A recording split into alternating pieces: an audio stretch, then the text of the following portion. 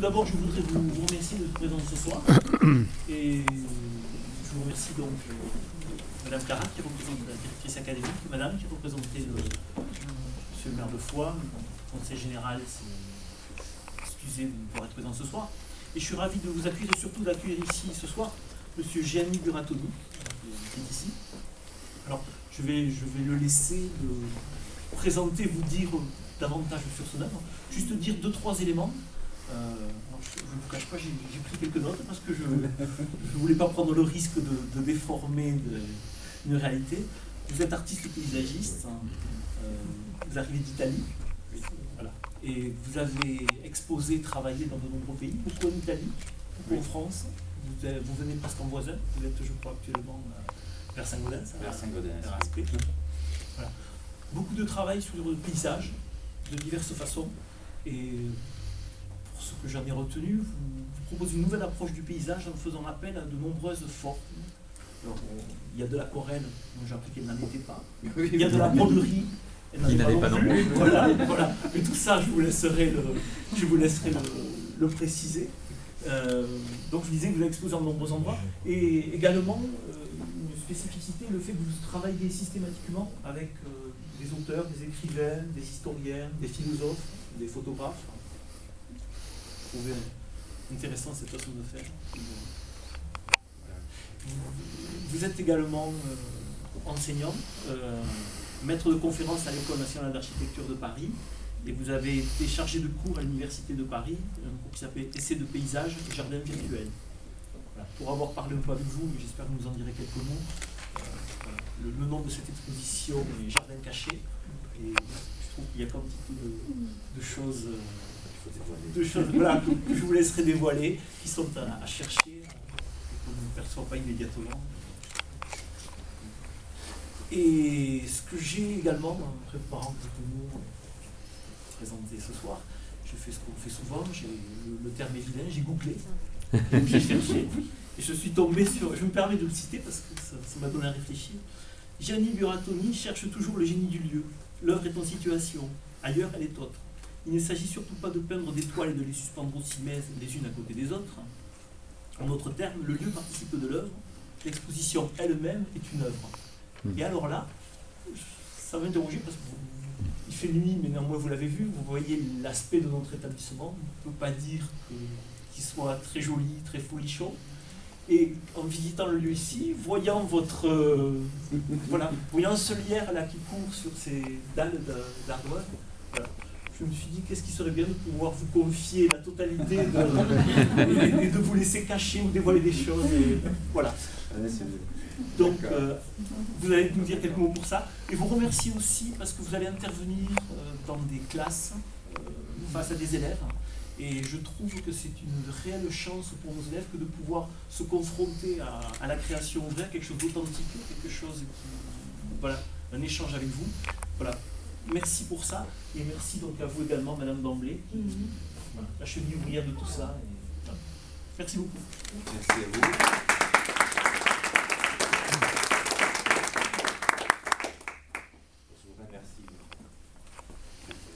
Et Valérie qui m'a vraiment porté jusqu'à maintenant pour cette exposition.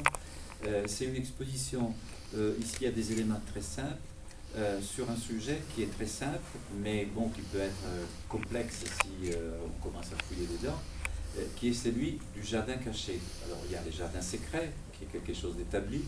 Dans les jardins, il y a ou les déserts à l'intérieur des jardins, qui étaient des parties bien spécifiques et le propriétaire se donnait pour lui-même. Et qu'est-ce que c'est les jardins cachés? C'est lié à si vous voulez, un adopte très précis, on en parlera avec vous, avec les élèves. C'est un endroit qui se trouve en Normandie, donc complètement de l'autre côté.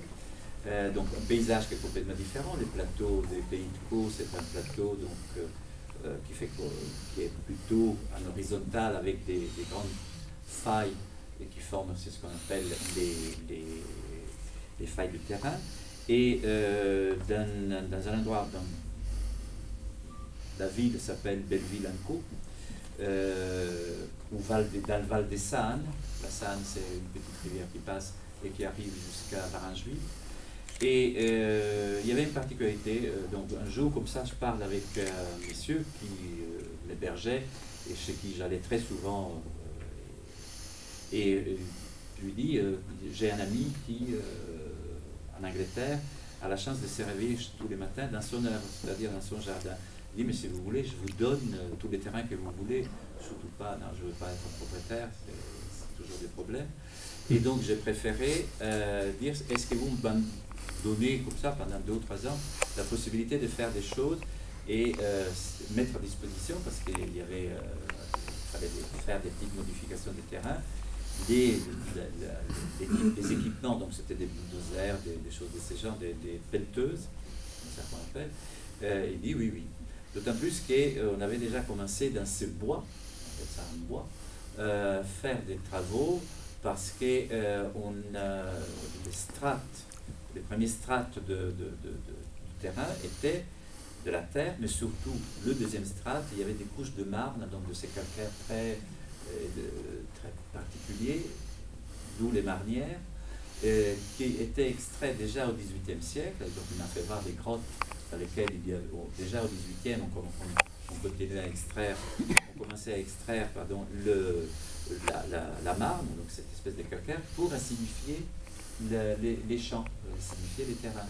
Ils n'étaient pas assez acidifiés. Et donc, tout ça en parlant avec lui, il me faisait voir donc ce bois. Et donc, en arrivant il dit, voilà, ça c'est des grottes. Et elles ont servi aussi, pendant la Deuxième Guerre mondiale, à cacher les gens qui venaient se cacher ici, à cause des bombardements, parce que vous voyez là-bas, au fond, à peu près 1 kilomètre de distance, cette ligne d'arbres était une rampe de lancement de V1, juste en direction de Londres. Et donc les Alliés, ils ont bombardé, surtout les Anglais, ils ont bombardé tous les jours pratiquement, sans détruire, parce que c'était pas si évident d'attraper cette rampe de lancement. Et donc il y a eu des morts, forcément, dans la population, mais ils se cachaient à l'intérieur. Je crois que c'était le curé qui est mort, parce qu'une bombe avait attrapé l'église. Et donc, voilà, les gens, ils se cachaient dans cet endroit. Ça, c'est l'anecdote. À partir de là, j'ai commencé, si je travaille ici, il faut que je tienne compte, parce que ça, c'est l'histoire, ça, c'est aussi certaines choses. Il y a ici un ami qui s'appelle Massimo Venturi Ferriolo, qui est un philosophe du paysage et du jardin. Quand on commence à s'intéresser à un lieu, il faut connaître déjà son histoire et le regarder, comme dit lui, d'une façon horizontale et d'une façon verticale. Horizontale, on a un regard, qui est le regard. Et la façon verticale, c'est voir ce qu'il y a sous, donc l'histoire, les couches de l'histoire. L'histoire profonde, donc la plus lointaine, mais la plus immédiate aussi. Et la plus immédiate, là, c'était cette espèce de chose qui était, les gens ils se réfugiaient, donc dans des grottes qui étaient construites déjà auparavant, qui servaient pour autre chose, et pour se défendre, pour survivre. Et à partir de cette petite chose, enfin, petite ou grande chose plutôt, j'ai commencé à réfléchir un tout petit peu ce qu'on pouvait faire, ce que je pouvais faire en tenant compte de ça, le faire surgir en le mélangeant à ce que moi j'appelle ma mythologie personnelle. C'était la mythologie qu'on avait un bon élève de l'école, enfin bon élève de l'école, c'est-à-dire donc Virgile, la poésie, c'est-à-dire des éléments qui me portaient en regardant certaines choses. Cette chose, par exemple, cette bouteille de vin, c'est une bouteille de vin, mais en la regardant avec ce qu'on m'a suggéré à l'école, je peux voir autre chose qui part de cette réalité-là. Donc, à partir de là, j'ai fait 7 points à l'intérieur de ces jardins. Ici, je les ai déclinés de cette façon. Voilà aussi pour quelle raison, c'est pas la seule, de l'utilisation du camouflage militaire. Quand on se camoufle, quand on se cache, qu'est-ce qu'on cache et qu'est-ce qu'on veut faire voir? Et quand on se camoufle entièrement, qu'est-ce qu'on veut faire apparaître? Donc, toutes ces questions-là qui étaient liées au travail que j'ai fait, c'est-à-dire la pratique que j'ai, qui est celle de peintre. Quand on fait de la peinture, donc on représente, qu'est-ce qu'on fait voir, qu'est-ce qu'on cache? Et quand on cache, qu'est-ce qu'on fait voir? C'était, bon, c'est un peu des questions que je me pose toujours, depuis des années, des années, des années. Voilà pour quelle raison, comme disait le proviseur, il y a de la broderie qui n'est pas de la broderie, ça pourrait faire penser à de la broderie, d'ailleurs, c'est une, je crois que c'est la fille du propriétaire de cet endroit, qui a envoyé, il faut voir tout de même ces choses-là, elle a dit, tiens, on dirait des ouvrages pour dames. Parfait. Donc, si elle, qui connaît mon travail, prenait ça pour des ouvrages pour dames, ça veut dire que le propos était là. C'est-à-dire faire voir quelque chose qu'on croit être une chose et qui en effet est autre chose. Et si on veut, donc je peux donner quelques petites clés de lecture parce qu'il ne faut pas, je vais pas me substituer à votre œil. Hein. Donc là, par exemple, il y a du latin. J'utilise beaucoup de fragments de poèmes. Etinarca Diego, c'est toute l'histoire des sociétés et de l'Arcadie à partir des Virgiles, à partir des Grecs, donc les lieux mythiques et du bonheur par excellence. Et à un certain moment, donc on a illustré, fait voir, chanté un poème de toutes les façons. Et puis à partir du XVIIe siècle, déjà Poussin, notre cher Poussin, avait fait un tableau, une première version de Tinarca Diego, où on voit les bergers d'Arcadie, heureux, vivant dans une sorte de bonheur éternel. Et la deuxième version, c'est-à-dire une quinzaine d'années après, il y a les mêmes, enfin disons pas les mêmes bergers, mais des bergers qui font comme ça, et Tinarca Diego est gravé dans un tombeau. Donc, qu'est-ce qui s'est passé entre-temps? La révolution scientifique. C'est-à-dire que l'infini, on commence à le voir aussi comme quelque chose de fini. C'est-à-dire qu'à l'intérieur du bonheur éternel, il y a aussi ce qu'on appellerait, c'est un néologisme, donc vous me pardonnez, la finitude. C'est-à-dire quelque chose qui se termine. Donc, la mort. On arrive jusqu'au Carache et au Guercin, où eux, carrément, ils mettent un crâne. Donc ça devient presque une vanité. Les vanités est un genre de peinture.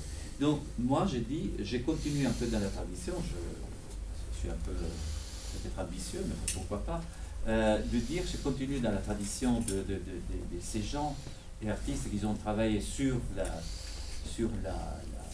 l'Etinarca Diego.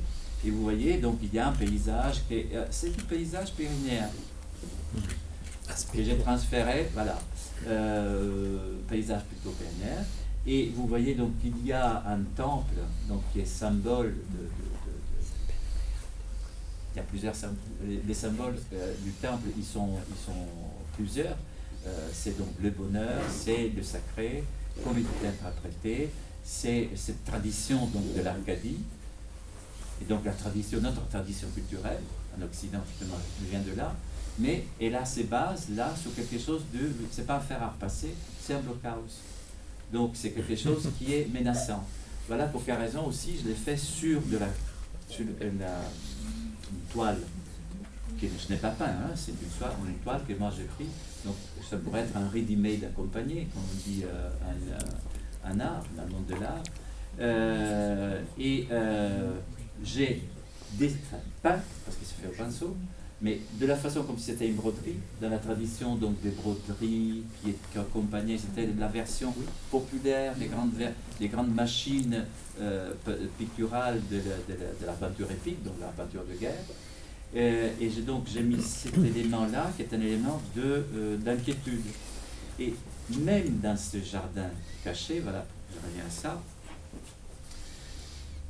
que j'avais fait, que je ne sais plus ce qui est devenu, parce que je l'ai abandonné, c'est quelque chose qui une bonne partie de mon travail est éphémère. Voilà, ça j'oublie toujours de le dire. Même les expositions, c'est pour ça que vous me l'avez rappelé en regardant sur Google, je ne sais pas qui a écrit ça, mais je ne sais pas. Et donc, c'est vrai que les expositions que je faisais, celui-ci, bon, selon les endroits naturellement, la peinture était par terre, était sur les murs, tout était plus ou moins envahi, hein, envahi d'une certaine façon, et on entrait à l'intérieur, mais c'était effacé. Et même chose pour les jardins, pour les interventions que j'ai faites, s'ils sont durables, comme on dit, bon, d'accord, il y a une convention, mais je ne m'en occupe pas, c'est autre chose. Pardon. C'est autre chose. Donc, comment je pourrais dire, l'effet de cette... pour moi, il y avait une logique. Si je parle d'un danger imminent, je ne vais pas faire quelque chose qui est de durable. Il faut que aussi les gens sentent que cette chose, elle a une durée d'1 mois, 2 mois, 3 mois. Donc cette exposition que j'ai faite à Paris, les éléments qui sont ici, je les avais fait à Paris au mois de mai, donc qui s'appelait Jardin caché, sauf cette partie-là, qui me suit depuis la première présentation, donc qui date, j'ai oublié la date, oui. Hein? 2009 pour Toulouse, la fondation. Non, celle-ci, mais avant. Ah, tu avais fait avant. Oui, c'est quelque chose qui me doit suivre depuis avant 2000. Voilà. Ça montre aussi mon âge. Et donc, qui est, parce que c'était une des rares choses que j'avais fait c'est un fragment pour la décoration extérieure de l'entrée des grottes, des fameuses grottes donc, de ces jardins, dans laquelle parce que cette partie que là vous voyez, qui est faite au graphite, c'est-à-dire ça c'est du graphite, et là c'est du graphite aussi. Graphite, croyez-moi. Ça donne ces résultats-là sur un fond noir, et ça donne ces résultats-là sur un fond blanc. C'est-à-dire, voilà, je voulais faire voir aussi donc, comment on peut regarder la même chose d'une façon différente. Là, vous avez une lierre qui est symbole donc arcadien du bonheur, là aussi, et fil de fer barbelé, que dans le temps on appelait ronce artificielle. Même chose qui est là. Donc il y a des éléments qui sont pas faciles. Il n'y a rien à comprendre. C'est-à-dire, moi je dis toujours, laissez-vous regarder après. Qu'est-ce qu'il veut dire, ce monsieur-là, ou qu'est-ce que ça veut dire cette œuvre, parce que moi, ça n'a pas un grand intérêt. Et même chose pour là, c'est cette fois, il y a une alternance de poèmes, c'est des fragments là aussi, tout est fragment ici, parce qu'on ne peut pas avoir une vision unitaire d'un jardin en général. Même les jardins à la française, où tout est fait pour avoir un coup d'œil unique qui pousse vers l'infini, on ne peut pas. Donc, des jardins, en particulier celui que j'avais fait avec la Normandie, on ne pouvait pas, pour la simple raison qu'il y avait un parcours qui était sinueux, un peu à l'anglaise, ils appellent la serpentine line, la ligne serpentine, et donc c'est ce point-là, avec ces fragments, hein, c'est des fragments d'un tout, partagé à 7 pommes, c'était les points les plus importants, mais dans un jardin, tout concourt, hein, les jardins changent à fur et à mesure des heures de la journée. Il y a un jardin de jour, un jardin de nuit, un jardin de minuit, le même. Hein. Donc ces points-là, il y a des fragments de verre, de Hölderlin et de Schelle. Pour quelle raison? Allemand et anglais qui réglaient des comptes sur la tête des Françaises. Bon voilà, et la preuve, ils se cachaient. Donc, à cause des rampes de lancement qui étaient dressées vers Londres. Et oui, ça c'est juste pour ceux qui connaissent l'allemand, il y a une faute de frappe. Wie der Blitz, qui veut dire comme l'éclair. Il manque le T parce que j'ai calqué vraiment, pris la version exacte d'une édition assez chère d'ailleurs, mais oui, voilà, oui, c'était juste le poème, c'est 180, pas euros, francs à l'époque, mais c'était juste le poème, c'était un petit livre, et donc, ben voilà, donc on m'a fait remarquer qu'il manquait le T, voilà, je vous dis tout de suite. Et le reste, donc, c'est des phrases très simples. Ici, donc, vous avez une abeille cachée à l'intérieur d'une petite maison d'abeilles, laquelle maison d'abeilles est à l'intérieur d'un temple, parce qu'elle était en danger constant, parce que les sangliers détruisaient ses ruches. Et donc, là aussi, les dangers, il y a un danger. Au détour, après les points des ruches, à l'intérieur de bois, j'avais fait une colonnade, mais la colonnade, c'est des toutes petites colonnes comme ça, donc pour les changements d'échelle. Hein. Donc on voyait si on voulait. Même ici, on peut voir si on veut. Autrement, ça peut être des petites lignes rouges qui flottent devant les yeux. Et donc là, c'était marqué sortilège fragile. Les colonnes peuvent être aussi des sortilèges fragiles.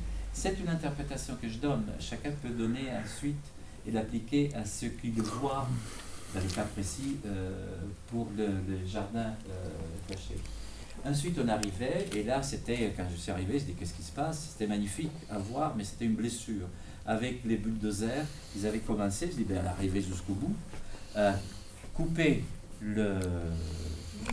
la malène, le coteau, et donc on avait un strate de 2 mètres et demi, 3, d'une terre rouge presque rougeissant, et un tout blanc en bas.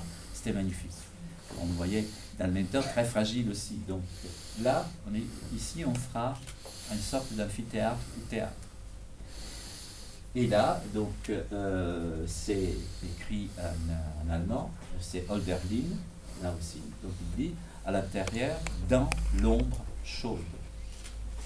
Ensuite, il y en a un autre, on arrivait aux grottes, qui était à côté, l'entrée des grottes. Et là, je n'ai pas pu m'empêcher de penser à Schell, donc c'est Schell et Hölderlin, qui ne font pas la guerre, mais ils se parlent. Et voilà, c'est les rêves, les songes inquiétants de la vie. La grotte, bon, je dis toujours, faites un petit tour chez Bachelard, vous verrez ce qu'il dit à propos des grottes et comment les enfants, il faudrait les éduquer parfois dans la tradition des paysans français, de faire entrer dans les grottes, si elles ne sont pas dangereuses, pour qu'ils trouvent c'est presque un rite initiatique. Ensuite, donc, j'ai fait construire, on avait à disposition des bulldozers, une sorte, avec cette marne blanche qui tranchait à l'intérieur du bois, une rampe. Je ferai voir aux élèves les photos, tout ça. Quelques photos, pas tout. Donc, et pour quelle raison j'ai mis des vaches là? Parce qu'effectivement, sous la rampe de lancement, c'est pour ça que c'était pour leurrer les alliés qui devaient bombarder, ils mettaient des vaches, des troupeaux de vaches. Et voilà, donc, et c'est marqué, c'est ironique aussi par rapport, il y a une vache bien assise, et c'est comme l'éclair. Voilà, ça c'est interdit. Et puis on arrivait à une sorte de... c'était un ancien four à chaud, parce qu'à la marne on l'a transformé en chaud, et qui était là, après une tempête, un arbre l'avait cassé. Donc j'ai substitué l'arbre et j'ai fait une colonne. Les fours étaient tout blancs à l'intérieur et tout rouge à l'extérieur. Ça répétait ce qu'on voyait auparavant sur la terre.